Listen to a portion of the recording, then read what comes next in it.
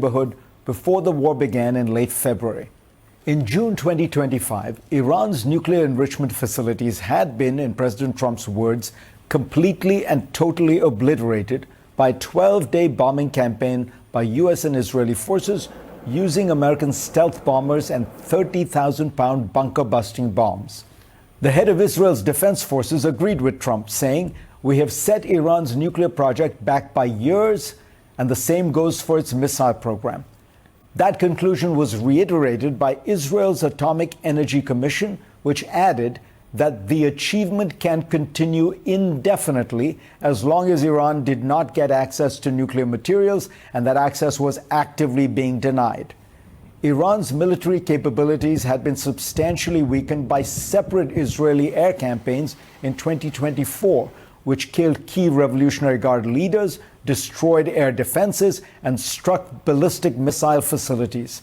Israel also heavily bombed Iran's most deadly militia ally, Hezbollah, killing several layers of its top leadership and, by many analyses, crippling the military strength of the organization. It had already taken apart Hamas in Gaza. Finally, Israel's campaign against the Iran-backed militias that supported the Syrian government played a part in the collapse of that regime in December 2024. In other words, Iran was in very bad shape militarily. In addition, its economy was a mess, destroyed by the tightening of sanctions and its own corrupt regime. Hardly anyone could argue that Iran posed a threat to its neighbors, let alone to the United States, which sits roughly 6,000 miles away. Donald Trump effectively admitted this on Wednesday. We don't have to be there, but we're there to help our allies. It's worth noting that none of America's European or Asian allies were consulted, and many have spoken out against the war. In fact, reports suggest that Prime Minister Bibi Netanyahu sold Trump on this war not because Iran was an imminent threat, but because its unprecedented weakness provided an opportunity to strike hard to effect regime change. Why else would Trump have closed his brief announcement at the start of the war by urging the Iranian people to rise up and overthrow the regime, a call echoed by Netanyahu in his own message? So far, aside from devastating Iran and crippling its already weak military, which was predictable in such a one-sided contest, few of the desired results have been achieved. The regime has not fallen. Key leaders have changed for the worse. The 86-year-old Ayatollah Khamenei, who famously banned the development of nuclear weapons, was killed and replaced by his son, who is said to be more hardline than his father. In general, the Revolutionary Guards, who have always been more militant, seem to be ascendant, which makes sense in times of war. The Strait of Hormuz, which was free and open despite many threats through 47 years of U.S.-Iran tensions, is now blocked by the new leadership, whom Trump terms much more reasonable. President Trump says that after a few more bombing runs, the strait will open naturally because Iran will want to export its own oil. This misreads the situation. The strait is not closed. It is open to Iranian oil, which is flowing freely, especially to China. The net result of the war is that Iran now makes about twice as much on its daily oil sales compared to before the conflict. In addition, if it continues to charge a reported $2 million per passing ship, Tehran will make hundreds of millions of dollars in additional revenue every month, enough to rebuild its military and more. America's Gulf allies now face a far more unstable and tense environment than they did before the war. Their business models require peace, stability, and economic integration. Saudi Arabia's Crown Prince Mohammed bin Salman had mended ties with Iran in 2023 because he wanted to calm geopolitical waters to pursue his ambitious program of modernization. Today, all that progress is in jeopardy as oil exports are crippled and the region has gone from having a path to be an oasis of stability rather than a cauldron of conflict. The obvious winner is Russia, which will make billions of extra dollars every month as the price of oil rises and America waves sanctions against it. Ukraine loses as weapons it needs are diverted to the Middle East. Europe loses as it faces crushing energy costs And Trump demands that NATO fight his war and threatens to pull out of the organization if it doesn't. It's worth noting that NATO is a defensive alliance and did not fight in the wars in Korea, Vietnam, or Iraq. China gains as America gets mired in another Middle Eastern conflict and loses its focus on Asia. Meanwhile, Beijing's massive investments in green technology shield it from many of the costs of this war, and it appears to the world as a more responsible, less disruptive superpower. Of course, things could change. Wars are unpredictable. But so far, has any American military action ever racked up so many costs for so few gains? Go to FareedZakaria.com for a link to my Washington Post column this week. And let's get started. Today we saw an end to a dramatic search and rescue operation deep inside Iran. It began on Friday after Tehran shot down a U.S. F-15 fighter jet. And this morning, President Trump announced U.S. Special Forces had rescued a missing service member in a high-stakes mission. Meanwhile, the Islamic Republic continued its attacks on the Gulf this weekend, hitting further energy targets. I'm joined by Richard Haass, the President Emeritus of the Council on Foreign Relations, and Zanny Minton-Beddoes, the Editor-in-Chief of The Economist. Richard, the American forces were able to do something extraordinary, really quite spectacular. But what the president is now asking them to do next appears to be to bomb the basic energy infrastructure, power plants that provide civilians with energy. That has traditionally been considered a war crime, and it certainly on plain reading is a violation of the Geneva Convention. What do you think of this idea, and is it possible U.S. military personnel who are told not to follow illegal orders might have some qualms about actually executing an order like this? Well, several things there, Fareed. First of all, you're right. The rescue mission was operationally extraordinary, and it's consistent with this war, where the operational capabilities of the U.S. military have been phenomenal. But all that said, it doesn't necessarily mean the United States is winning the war strategically. There's a strong argument we are not. What you raise is the idea of going after infrastructure. I think it does raise fundamental legal questions, also raises real policy questions, because what Iran has shown is its willingness and ability to respond in kind against the water plants, the energy infrastructure of all of its neighbors. Whether individual soldiers would balk, I think that's unlikely, simply because there are those making the argument that because energy, for example, somehow contributes to the president put out on Truth Social, which really raises fundamental questions about his judgment, and then urging these kinds of attacks. Again, I would think this does the opposite of reassuring our partners and allies, and I don't think it intimidates Iran. Let me just read for those who have missed it. This is a Trump tweet that Richard is referencing, and it says, and I'm now quoting, and there is explicit language, but I am quoting the President of the United States. Tuesday will be Power Plant Day and Bridge Day, all wrapped up in one in Iran. There will be nothing like it. Open the fucking strait, you crazy bastards, or you'll be living in hell. Just watch. Praise be to Allah. Zanny, when you listen to this, the question I have in a way is the problem Trump seems to have found himself in is anything he does to punish Iran is almost certainly going to raise the price of oil, because Iran will respond to energy infrastructure in the Gulf, because they will keep the Strait of Hormuz closed, that is closed to non-Iranian oil. So it feels as though Trump has sort of backed himself into a corner, assuming the Iranians will absorb pain, which they seem willing to do.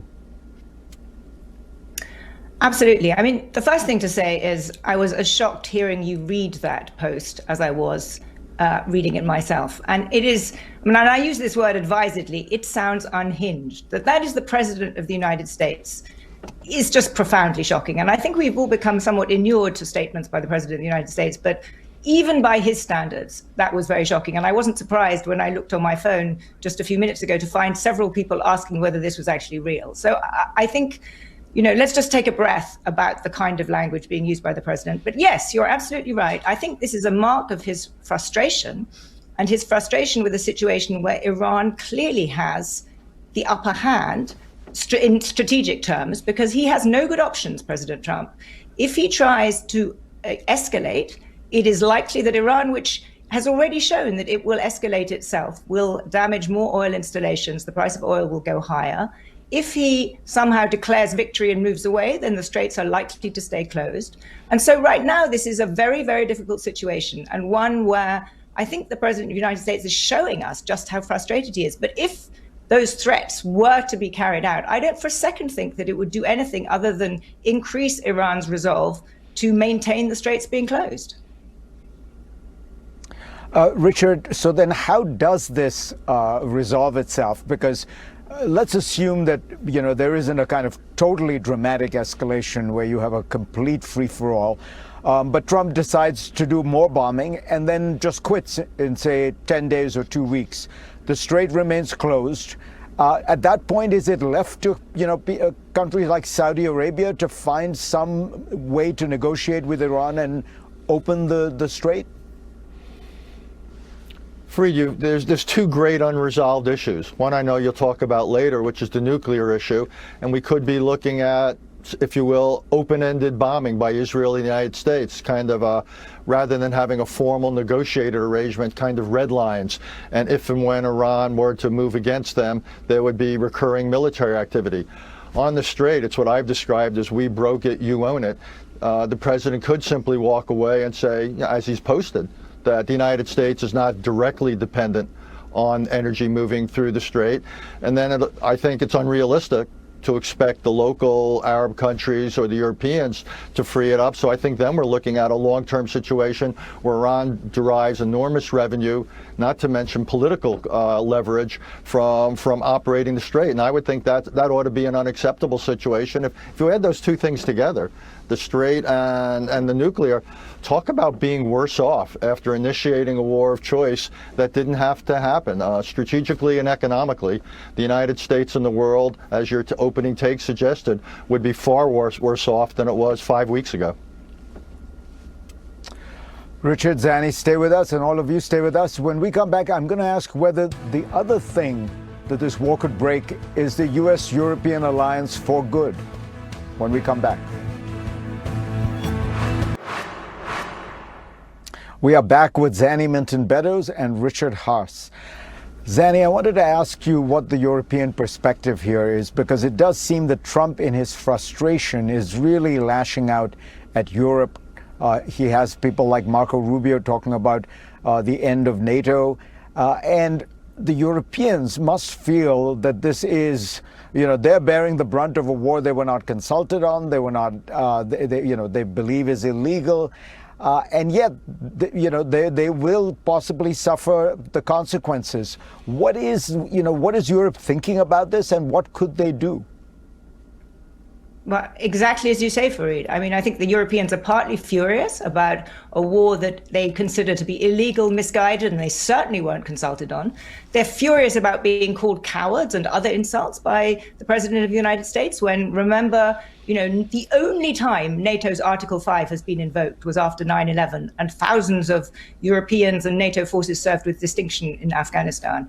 And they are also, however, worried about what this means for the European economy, which is really quite considerable. Europe is a big net importer, relies on fossil fuels from the Gulf. They see the impact on their economy. And on top of that, now they have the President of the United States and the Secretary of State basically saying, NATO's finished. And I think they're really worried about that. And, NATO Secretary General Mark Rutte is going to Washington this week to make a speech and to talk to President Trump. But I think there's a growing realization in Europe, even amongst those European countries that have always seen the glass half full and have always hoped that they can maintain some kind of a special relationship with the United States, that this time something really might be different. And Radek Sikorski, the foreign minister of Poland, put it, he said, we cannot pretend that the United States president isn't saying what he is saying. And I think on top of everything that's happened in the last year, from the tariffs to the earlier pushing to get the Europeans to spend more money on defense, which frankly was a good idea, then to the verbal attacks on Greenland, now this, I think there's a recognition in Europe that, maybe this is a divorce. Richard, that could also mean an extraordinary cost to the United States. One of the things people don't think about is Europe buys a huge amount of American defense equipment.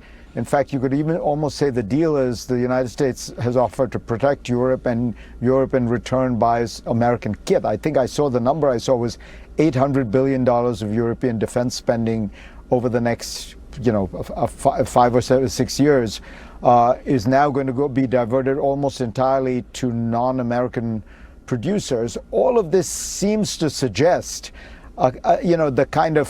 the breaking down of the West as a strategic alliance, as a military alliance, as a political alliance. Look, Fareed, I wish I could disagree with both of you, but I can't. We are dismantling the foundations of what has provided peace and stability for the best part of the last 8 decades. And we are dismantling it. NATO is a shell of its former self. I can't believe there are many Europeans left who believe that if Russia were to do something in parts of Europe, the United States could be counted upon to come to their defense. The problem is Europe is not ready to become self-sufficient. So this has created a real opening for Russia, which is already, as you pointed out, the principal beneficiary of this war. I think it's also created opportunities for China. So strategically, we've, if you will, undermined a set of policies in an era that works so much to the American advantage. What we haven't done is put in place anything else, much less anything better. So we've created a moment in history, shall we say, that if you're not uneasy, if you're not worried, you're really not paying attention. Richard Haass, Zanny Minton-Meadows, always a pleasure to talk to you. When we come back, Iranian officials threatened to go after U.S. and Israeli infrastructure this week, saying they would open the gates of hell if the attacks against Iran continued. What did they mean? What is Iran thinking about all this? Ali Vaez will explain the Iranian mindset when we come back. President Trump said today Iran would be living in hell if they do not open the Strait of Hormuz. And this weekend, Iranian officials said they would open the gates of hell if attacks against Iran continued. So what do these threats mean? And how is the current leadership of Iran thinking? Joining me to discuss is Ali Vaez, the International Crisis Group's Iran Project Director, one of the smartest observers about Iran. Ali, I want to ask you, what do you think Trump's rhetoric, bombing you back to the Stone Ages, Iranians are evil, what is it doing inside Iran? Because, there are plenty of people in Iran who are unhappy with the regime, but it does feel like they're facing a huge amount of bombing, which all of which must be having some kind of effect on their day-to-day lives.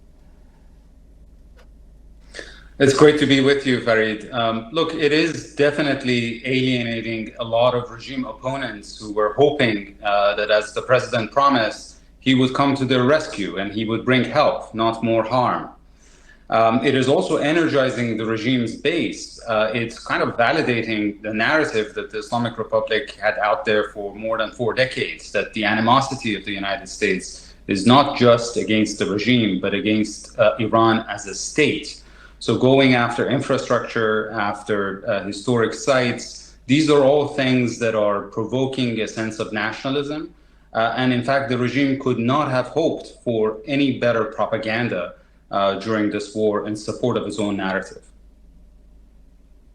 What do you make of the current leadership?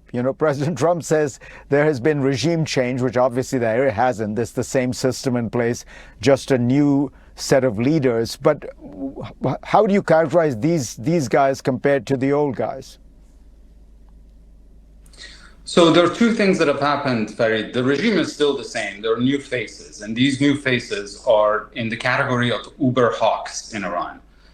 Just to give you an example, the new head of the IRGC and the new national security advisor, these were people who were involved in the Iran-Iraq war, in which Iran actually regained the territory that Iraq had occupied in the first 2 years of the war, and yet extended that conflict for another 6 bloody, traumatizing years in order to gain the upper hand.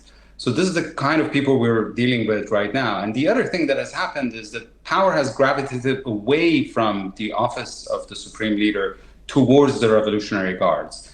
Ayatollah Ali Khamenei, who was killed in the opening act of this war, had the Revolutionary Guards really subservient to him. But his son, the new supreme leader, is actually no longer supreme. He is subservient to the Revolutionary Guards because he owes his position and the survival of his regime to them. Ali, you are by training a nuclear scientist. So tell me, clearly the Iranians must be thinking, maybe we should have had a nuclear bomb because then we wouldn't have been attacked in this way, the kind of North Korea option. Could they get a nuclear bomb at this point with all this bombing, with all the pressure and observation? Can you do something underground that is viable or feasible? So Farid, the intent is now higher than ever before because number one, as we discussed, the military is now in charge. And for the military, the ultimate deterrent in the form of nuclear weapons is always very attractive, especially when you're very close to it. Plus, Iran's regional deterrence and its conventional deterrence in the form of ballistic missiles did not deter the US and Israel from attacking it twice in the course of less than a year. One of the political obstacles to a nuclear deal, which was Ayatollah Ali Khamenei, is also removed. He had a religious edict against nuclear weaponization, which died with him. And he was afraid of a war on the pathway to get nuclear weapons, and that war has already happened. There is also more bottom-up support, again, going back to your initial question, because a lot of people who are very angry about the damage to civilian infrastructure and the civilian toll of this war want the country to have an ultimate deterrent. Now, there is a shortcut, a pathway to nuclear weapons that is still open to Iran. It actually doesn't need to enrich more material. It still has a stockpile of 60% enriched uranium, so it has the material. It has the manpower in the form of hundreds of scientists, and it has the machinery in the forms of hundreds of advanced centrifuges that are unaccounted for. Now, with 60%, you can't generate a very high-yield, sophisticated device, but you can create a crude nuclear device. And in fact, depending on the design, they have enough for about 4 to 6 nuclear weapons, similar to the ones that the US used in Hiroshima, for instance. These are big, bulky, not very high yield, but all we need, Farid, is a flash in the desert. And by that point, the game is lost because we will enter into a phase of nuclear ambiguity, not knowing whether they only had one that they tested or they have more. That is a very sobering thought. I have 30 seconds left, Ali. Just a quick question. The premise of American strategy seems to be that the Iranians will buckle under pain. Just your reaction to that, knowing this regime. Well, I think if anybody understood the culture of this regime of martyrdom and resistance, I don't think they would have considered capitulation an option. And let me say, Farid, that they don't need necessarily a weapon of mass destruction in order to take their adversaries hostage. They have already discovered a weapon of mass destruction in the form of their control over the Strait of Hormuz. So 2 weapons in a sense, the Strait of Hormuz and potentially nuclear. Ali Vaez, pleasure to have you on. Fascinating conversation. Next, Iran is one of the world's oldest civilizations. How much does that history inform its present? I ask a great historian. One event towers over Iranian history in the minds of many, the 1979 Islamic Revolution, which saw the rise of Ayatollah Khomeini and the birth of Iran as a religious state. The event set the stage for the conflict we see today. But to view Iran simply through the prism of 1979 neglects the unusually long and storied history it has as one of the world's oldest civilizations. So what are some of the features of that history, and how does it inform the present? Joining me now is Ali Ansari, Professor of Iranian History and Director of the Institute for Iranian Studies at the University of St. Andrews. Professor Ansari, welcome. Very good to be with you. When we think about, often people make the analogy to what happened in Iraq and what happened in Syria, the breakdown of the state, the chaos. And I'm just struck as a layperson at the fact that Iraq and Syria were states created by the British and French after the collapse of the Ottoman Empire, in the 1920s. Iran is very different, right? Tell us about the Iranian state in comparison to that of its neighbors. So I think you're absolutely right to draw attention to that, because I think there's far too much of an attempt to translate the broadly called, what we say, the lessons of history from one state to another. It is a very old state. I mean, it is a very old state by the comparison with many of the others in the region. At the very least, the current Iranian state within the broad boundaries that we see today is about 500 years old. But the idea of Iran itself is obviously much, much longer and goes back, into late antiquity and into the ancient world. And a lot of this has a profound effect on the way in which the Iranians see themselves and the world around them. The Iranian Empire is also very old, right? The idea that this is a powerful state that has influence beyond its borders. And so when I think about Iran today with its, it has proxies and allies, this is again something that's kind of deeply rooted in Iran, is it not? It is. And I mean, the Islamic Republic itself has this sort of faces two ways, if I can put it that way. On the one hand, it's a sort of a revolutionary state, a sort of an insurrectionary state. On the other hand, it sees itself as an imperial state, the heir of a great imperial tradition, and the sort of the oldest state in the region. And by virtue of being the oldest kingdom of the world, they saw themselves as having a sort of the priority place in the sort of line of great civilizations that gave them a certain stature in the world that they thought others should respect. And you can see this sort of being echoed, certainly not only in the monarchy that was overthrown in 1979, but clearly the Islamic Republic has supped at this table and basically absorbed it with some enthusiasm, it has to be said, an enthusiasm which somewhat contradicts the sort of revolutionary narrative that we're more familiar with. And what about Islam? How important was Islam in Iranian history? So it's enormously important in shaping identity, of course. And I mean, it was an enormously influential idea that comes obviously with the Arab-Muslim conquest in the 7th century. But of course, what people forget is that even the Arab Muslims started to adopt many of the things that they found when they got into when they conquered the Sasanian, the last of the Persian empires. They absorbed it wholesale. So what you see going forward, actually, in the Islamic world is the Iranians essentially turning Islam from an Arab religion into a universalist religion, one which they could be co-equals with their Arab conquerors in many ways. And of course, it plays a very, very seminal role in the way in which Iranians see themselves. But it's one of the many layers that shapes Iranian identity. And I think, in the Islamic Revolution, people tried to say, certainly the political thinkers that shaped the Islamic Revolution wanted to say that Islam was the most important aspect of Iranian identity. We mustn't forget that, the Islamic Republic as its name suggests, has adopted very, very enthusiastically from Western ideas. There's no such idea as a republic within Islamic thought, for instance. You said something very interesting. You said that the Iranians universalized Islam, that before that it was an Arab religion. And it's only after the Persians that it becomes this thing that spreads into Central Asia, that spreads into India. Is that again one more example of this Iranian kind of more outward-looking orientation? There's a tremendous sort of both cosmopolitanism and humanism in a sort of Iranian intellectual tradition. And of course, for a period, they were seen as a subject peoples to the Arab Muslims.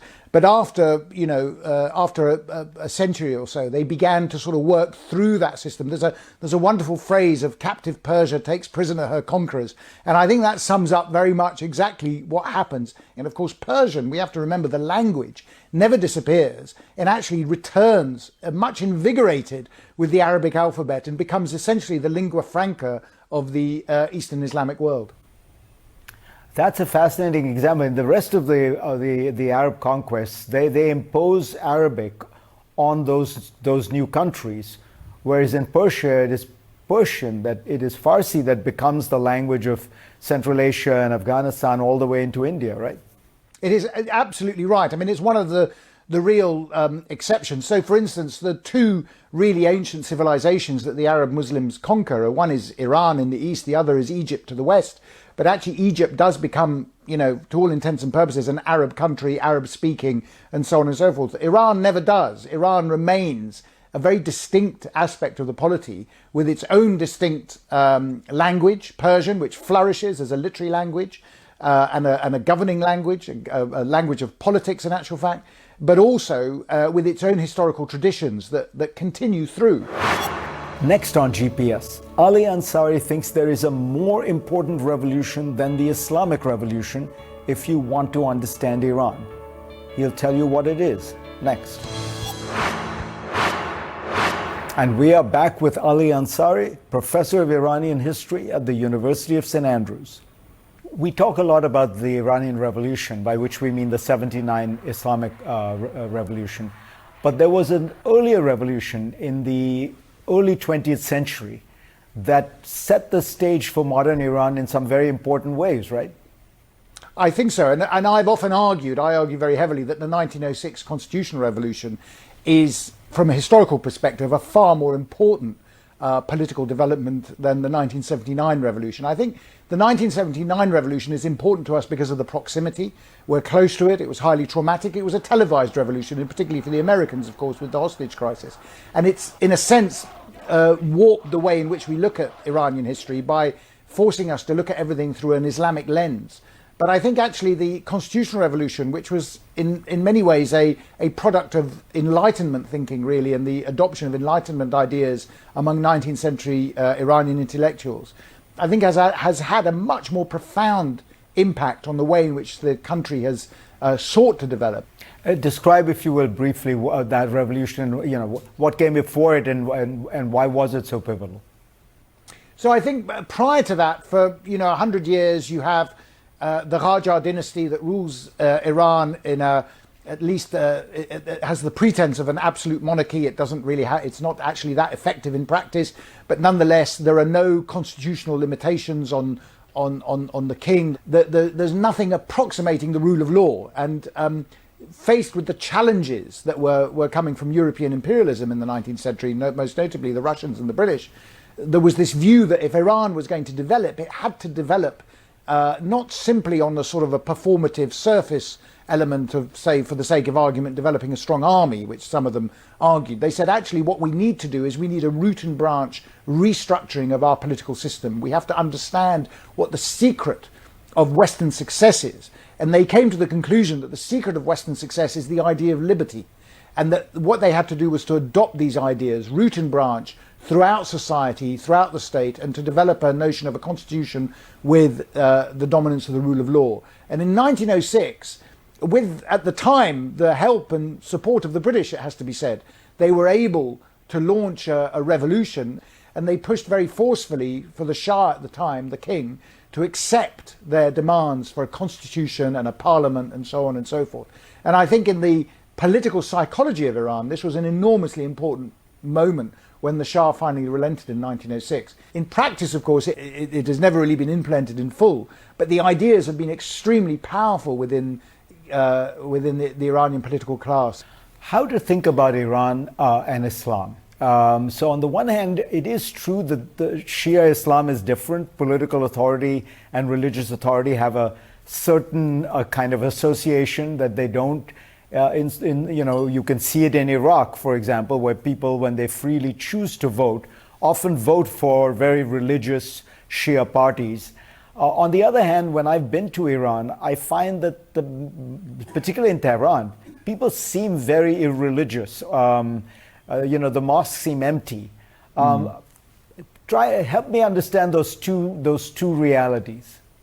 I mean, it's very interesting that you say that. I mean, it's the fact that if you've lived under a fairly oppressive and repressive Islamic government for 47 years, it tends to put you off religion. And I think this is what's happened in Iran. Iran has had an experience that is quite different from in the rest of the Muslim world. What you have is you've had secular rulers of one sort or another nationalists, and people have reacted. Islam has been the insurgent force, so people have tended to go towards Islam as a means of voicing their protest.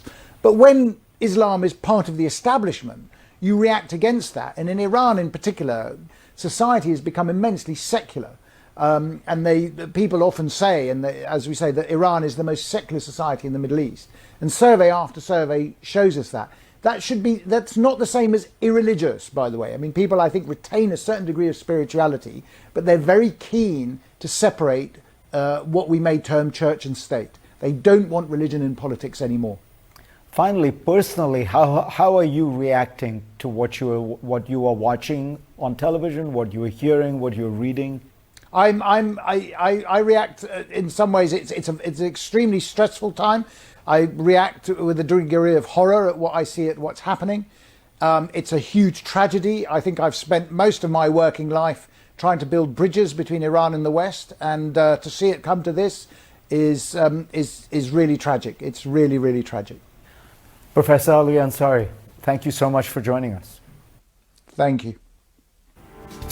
Thanks to all of you for being part of my program this week. I will see you next week.